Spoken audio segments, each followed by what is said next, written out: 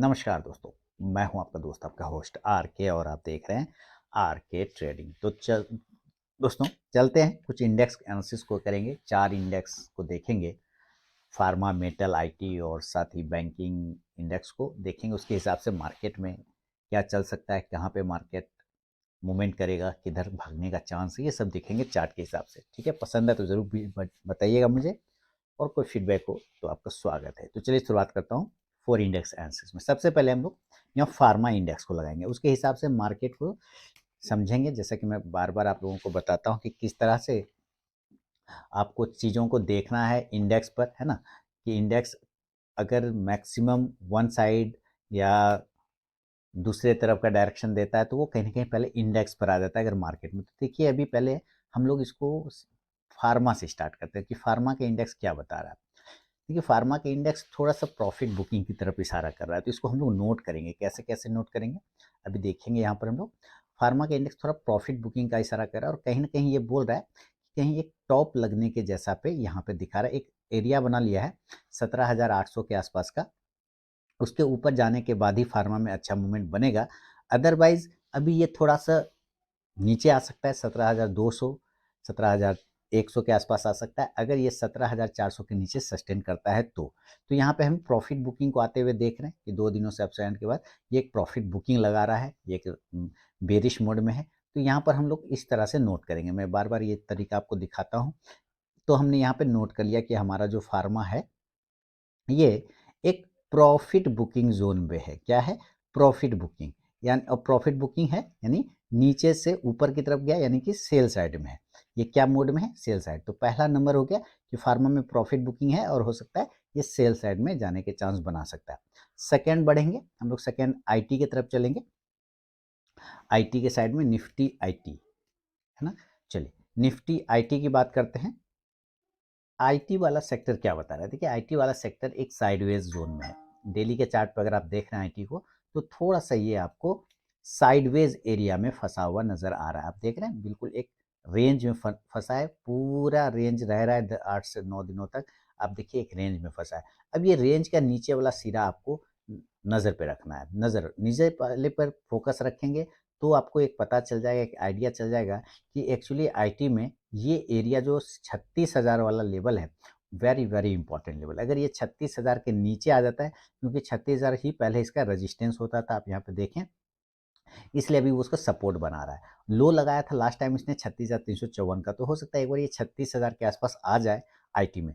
Positive ये तब तक नहीं हो सकता जब तक ये 37,000 के ऊपर यानी 37,000 के ऊपर जब तक नहीं जाएगा, तब तक ये पॉजिटिव नहीं होगा। तो फिलहाल मैं इसको भी अभी थोड़ा निगेटिव के साइड में रखना पसंद करूंगा। क्यों? क्योंकि ये अपने सपोर्ट एरिया के पास में से भी 300 पॉइंट दूर है। और हम ये भी देख रहे हैं कि 2 दिनों से पॉजिटिव निगेटिव रहता है, फिर एक दिन पॉजिटिव रहता है, फिर एक दिन निगेटिव स्टार्ट कर रहा है। यहाँ देखिए 2 दिन पॉजिटिव निगेटिव, फिर प्रॉफिट पॉजिटिव रहता है, फिर से चलता है। इस कैंडल का कोई यूज नहीं यहाँ पे क्योंकि डोजी है, कंफ्यूजन। लेकिन आप देखें फिर से 2 दिन नेगेटिव, फिर एक दिन प्रॉफिट बुकिंग, तो अभी फिर से एक दिन नेगेटिव हुआ है। तो हो सकता है ये अगले दिन भी एक चांस बना सकता है निगेटिव होने का। ओवरऑल तो डिपेंड करता है आपके ग्लोबल मार्केट के व्यू पे भी। लेकिन जो चार्ट बता रहा है कि 36,000 के नीचे अगर गिरा तो ये ज़्यादा निगेटिव हो सकता है, 35,000 तक के भी लेवल आपको बन सकते हैं। तो अभी मैं ना आईटी को यानी कि आईटी इंडेक्स को भी थोड़ा निगेटिव की तरफ रखना पसंद करूंगा।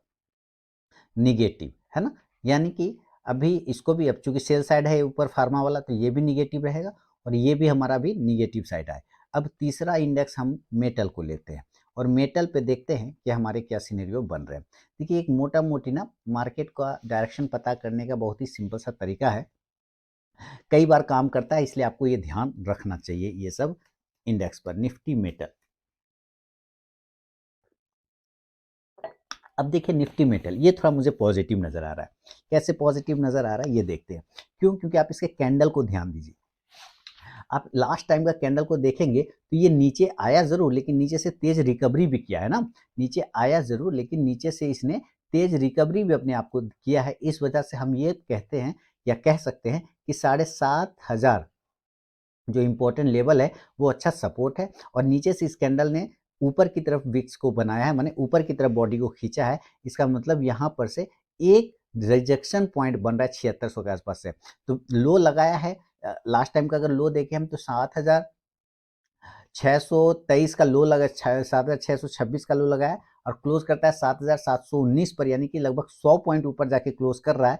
तो इस वजह से ये क्या है कि एक पॉजिटिव मोड में है, क्योंकि नीचे से सपोर्ट इसको मिल रहा है। तो इसको कुछ इस प्रकार से नोट करेंगे कि मेटल जो है आपका ये पॉजिटिव साइड में। क्लियर हो गया। अब आगे यहाँ पे अब चौथा है और वो काफी इंपॉर्टेंट, वो है बैंकिंग इंडेक्स।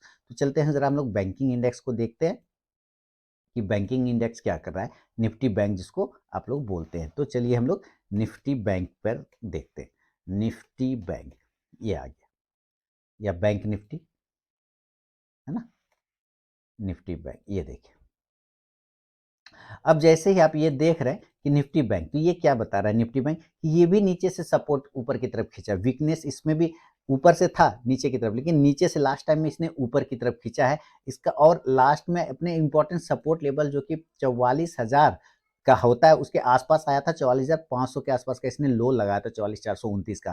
तो ये कह सकते हैं कि लगभग लगभग ये अपने सपोर्ट एरिया, पहले रेजिस्टेंस हुआ करता था, वो सपोर्ट एरिया के पास में पहुंचा हुआ है। तो ये थोड़ा आपको पॉजिटिव यहाँ से नजर आ रहा है, क्योंकि वीकनेस इसमें नीचे से खत्म कर दिया। लेकिन पॉजिटिव पूरा इसलिए नहीं बोल पाएंगे अभी, क्योंकि ऊपर एक रेजिस्टेंस भी बना हुआ है। अगर ये 46,000 आप छोटा सा पकड़ेंगे तो 45,500 का भी लेवल आता है, एक बार उसको सस्टेन करेगा तो 46,000 तक जाएगा। तेजी इसमें तब तक वन डायरेक्शन का नहीं बनेगा जब तक ये 47,200 के ऊपर जब तक नहीं टिके, तब तक इसमें तेजी की गुंजाइश नहीं है। तो अभी ये हो सकता है ये साइडवेज जोन में चला जाए, थोड़ा ऊपर जाए, थोड़ा नीचे आ जाए। लेकिन यहाँ पर से अगर आप कैंडल वाइज देखें तो थोड़ा नीचे से रिकवरी मिला, इसलिए आप इसको या हम लोग इसको कर सकते हैं, ये पॉजिटिव तो है लेकिन थोड़ा साइडवेज भी है। क्या है, बैंक जो इंडेक्स है हमारा पॉजिटिव है पर थोड़ा साइडवेज भी है। ठीक है। अब ये चार इंडेक्स हमारे सामने डेटा आ गया, तो दो निगेटिव है हमारे पास, एक और दो, और एक पॉजिटिव है और एक हमारा पॉजिटिव साइडवेज है। अब ये पॉजिटिव साइडवेज है तो इस पर उतना विश्वास नहीं बनेगा, पॉजिटिव साइडवेज है तो इस पर उतना विश्वास नहीं बनता। विश्वास हमारा यहाँ पे बन रहा है 2 और 1, क्योंकि ये पॉजिटिव साइडवेज है, पॉजिटिव तो है लेकिन कहीं ना कहीं उसी जगह पे क्लोज कर रहा है जहाँ पे ओपन हुआ था, इस वजह से इसको भी थोड़ा इग्नोर कर लेंगे। तो अब दो इंडेक्स हमारा ऊपर निगेटिव चल रहा है और एक पॉजिटिव चल रहा है, तो दो में से एक अगर हम माइनस भी हटा भी दें तो सिर्फ एक ही हमारे एक आ जाता है, फिर भी हावी रहता है, निगेटिविटी क्या रहेगा, फिर भी हावी रहेगा। तो कुछ आइडिया ऐसे लग सकता है कि मार्केट हो सकता है कि निगेटिव तो रहे लेकिन साइडवेज कंडीशन में जाके क्या रहे, निगेटिव तो रहे पूरा मार्केट, लेकिन हो सकता है साइडवेज कंडीशन होते हुए निगेटिव रहे। वन वे रैली अपसाइड या डाउनसाइड आना पॉसिबल नहीं है, हो सकता है आपको साइडवेज का संभावना यहाँ पे बन सकता है। तो ये थोड़ा थोड़ा एक आइडिया आपको इंडेक्स का चार्ट देखने से आइडिया लग जाता है, कैंडल को एनालिसिस करने से लग जाता है। तो चलिए अब मैं मिलूंगा आपसे नेक्स्ट वीडियो में दोस्तों, तब तक के लिए बहुत बहुत धन्यवाद।